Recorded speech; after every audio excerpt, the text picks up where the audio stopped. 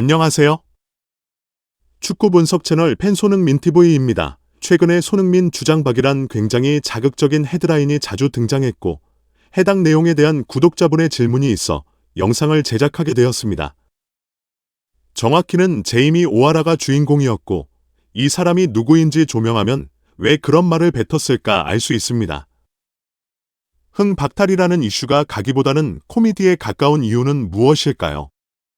우선 2022년 오하라는 손흥민이 코너킥 상황마다 문제를 일으킨다고 지적했고 수비를 하지 않는다는 발언을 했던 기억이 있습니다. 이는 마치 팀에서 가장 키가 크고 느린 선수를 지목하고 그 선수 때문에 역습에서 득점하지 못한다고 비판하는 것과 같습니다. 상대 공격이 끝난 바로 직후에 시작하는 토트넘의 역습은 그들의 득점 루트 중 하나였고 손흥민은 팀에서 가장 빠른 선수입니다. 11명 전부가 박스 안에 있는 것보단 한두 명은 역습 준비를 하는 것은 축구에서 놀랍지 않은 장면이고 손흥민보다 느리지만 헤더가 뛰어난 선수들이 박스를 방어하는 것은 토트넘 대부분의 감독들이 사용했던 디테일입니다. 더욱이 손흥민이 역습을 위해 박스 외곽에 포진하면서 한 명도 손흥민 주변을 지키지 않았기에 결국 1-1은 0이라는 산수가 됩니다. 공격수의 수비를 지적하며 실점의 원흉이라 말하는 것은 내용과 상관없이 그냥 어떻게든 비판하고 싶은 것이고 오하라의 중요한 건 디테일보다는 손흥민이란 이름이었습니다. 그는 유명인의 이름을 항상 애용하기 때문입니다. 그가 손흥민에 대해 칭찬할 때면 상당히 이례적인 비교 대상을 가져오기도 했습니다. 네이마르보다 낫다고 말하며 함께 등장한 인물은 놀랍게도 나브리입니다. 이 계산법이라면 나브리가 네이마르보다 낫다는 의미입니다. 한 문장에 손흥민, 네이마르, 나브리를 총출동시켜버리면 다음 날 헤드라인은 당연히 확정됩니다. 그리고 작년에는 또다시 손흥민은 끝났다는 자극적인 멘트를 뱉었고 히트에서 오하라의 발언에 하나하나 반박하는 진풍경이 연출되기도 했습니다. 재밌게도 바로 다음 경기에서 손흥민은 키패스 7회와 어시스트 2회를 기록하고 시즌 두 번째 경기 최우수 선수로 선정되었습니다. 시즌 종료 시점에 그의 스탯은 17득점 10어시스트라는 극강의 성적표였습니다. 선수의 기록이 아닌 이 한 장면만 주시해도 그의 축구보는 눈이 얼마나 부정확한지 곧바로 알 수 있습니다. 그리고 올 시즌에는 축구뿐 아니라 리더십을 거론하며 주장 박탈이라는 자극적인 멘트를 뱉었습니다. 요약하면 그는 손흥민을 향해 무슨 말을 하든 기본적으로 자극성을 베이스로 하고 있고 정확도 따위는 처음부터 없었으며 이유는 단순합니다. 그가 출연하는 채널은 주로 스카이 스포츠가 아니라 토크 스포츠입니다. 그는 대형 채널에 간간히 출연하는 사람이고 그의 말 한마디를 듣기 위해 사람들이 줄을 서는 레전드 출신이 아니기 때문입니다. 토크 스포츠가 그를 이용하는 이유는 손흥민뿐만 아니라 모든 선수를 향해 주장 박탈 같은 새로운 헤드라인을 창조해 주길 바라기 때문입니다. 영상 초반에 나왔던 스카이 스포츠에는 주로 네빌, 캐러거 같은 인물들이 등장하고 거의 모든 순간에 손흥민에 대해서 좋은 말을 남겨왔습니다. 사람들이 그들의 말을 경청하는 이유는 그저 리버풀 레전드, 맨유 레전드라는 단어 하나로 충분하기 때문입니다. 그들이 축구를 잘 알고 있다는 보증수표와도 같기 때문입니다. 일부 언론은 오하라를 향해 토트넘 선배라는 표현을 사용하지만 그는 2005년부터 2011년까지 토트넘 소속이었고 이 가운데 2006년은 체스터필드 임대, 2007년은 미럴 임대, 2009년부터 2010년은 포츠머스 임대, 2011년은 울버햄튼 임대되었습니다. 즉, 그는 데뷔 시절과 비교해 중위권 D라는 표현이 적당하며 토트넘에서 벤치에 앉기도 어려워 6년을 버텼지만 번번이 쫓겨나던 선수였습니다. 결국 그는 이적했고 현역을 통틀어 3년 이상 주전이었던 기억은 빌러리크 타운 FC, 즉 현재 7부 리그팀에서 유일합니다.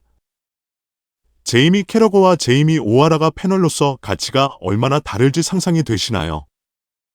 둘이 똑같은 말을 하더라도 당연히 캐러거의 발언이 헤드라인으로 향하고 오하라를 불러주는 방송사도 거의 없었습니다. 결국 오하라의 이름이 신문에 보일 때는 캐러거와 네빌이 하지 않는 발언들, 자극적인 언어들만이 존재했고 아마도 직업인으로서 그의 선택으로 보입니다. 이렇게 길게 소개한 이유는 모든 언어에는 배경이 있음을 알리고 싶었고 각자의 사정이 존재하지만 헤드라인의 이름보다 단어가 주목되는 현상에 대해 말하고 싶었습니다. 주장 박탈은 일부 악플러들이 팀이 부진할 때마다 뱉어온 유행가이지만 이번이 달랐던 이유는 TV 출연한 패널이 말했기 때문입니다. 같은 시각, 다른 전문가들 혹은 레전드들은 칭찬과 비판 사이에서 언제나처럼 논쟁하고 있고 마지막 홈경기에서 손흥민은 기립박수를 받고 교체되었으며 대부분의 비평가들은 손흥민을 방어하지 않은 것을 메뉴 실점의 원흉으로 지목했습니다. 한국에도 엄청난 숫자의 손흥민 팬들과 안티들이 있듯이 영국도 마찬가지이고 가끔 단어 하나 때문에 손흥민이 모든 영국인들에게 공격받는 듯한 기사가 등장하기도 하지만 그는 안티보다 팬이 더 많은 선수이고 비난보다는 존중을 더 받고 있다는 부분은 확실합니다. 오하라가 영국 대표로 불리기엔 상당한 무리가 있고 오히려 영국 측에서 노발대발한 이야기입니다. 아이들의 얼굴은 진실 그 자체이고 그를 만난 북런던 유소년들의 표정에는 PL 득점왕을 만난 흥분만이 가득했지 냉소적인 분위기는 1%도 없었습니다. 분명한 것은 손흥민은 인생 전체를 통틀어 누구에게도 주장 박탈 같은 단어를 말할 사람이 아닙니다. 그가 혹시 패널이 된다면 스카이 스포츠 출연은 당연하고 아마도 대부분의 선수들을 향해 긍정적인 부분을 먼저 찾아 칭찬하는 축구 전문가가 되어 있을 것입니다. 인간으로서 오하라 같은 사람이 근사해 보이나요? 손흥민 같은 사람이 훌륭해 보이나요? 여러분이 자녀가 있다면 오하라 같은 어른으로 자라라고 말하고 싶을까요? 손흥민에 대해 말하고 싶을까요? 헤드라인에 이름을 올리기 위해 누구도 하지 않는 욕설과 진배 없는 말을 해서라도 반드시 올라가라. 실력이 없으면 자극적이기라도 하라고 부모가 아이를 가르친다는 상상은 어렵습니다. 결국 모든 사람은 흑백을 알고 있습니다. 오하라의 축구를 실버리그 팀 수준이라고 비판하고 싶은 마음은 전혀 없습니다. 그가 노력했다면 오히려 35살까지 포기하지 않고 유니폼을 입고 있던 부분에 박수를 치고 싶습니다. 그 여정의 끝에 빌러리케 타운의 선수 겸 감독이란 근사한 경험도 챙겼기 때문입니다.